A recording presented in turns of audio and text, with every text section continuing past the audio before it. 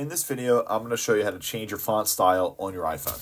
So go over to your settings, scroll down to General, and then scroll down until you see Fonts, and go to System Fonts. These are all the fonts that your iPhone currently has. You can go through the fonts and see what type of typefaces that they have, or you can go ahead and download fonts in your phone. After you're done that, you want to back out of here and go to Accessibility.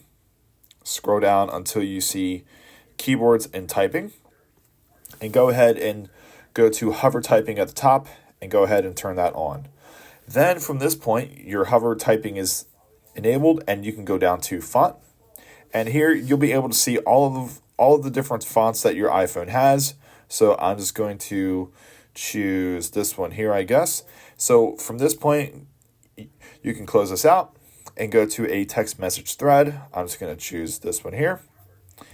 And then you can begin typing. And now you can see that the font is hovering above and you can see what it looks like. And that's it.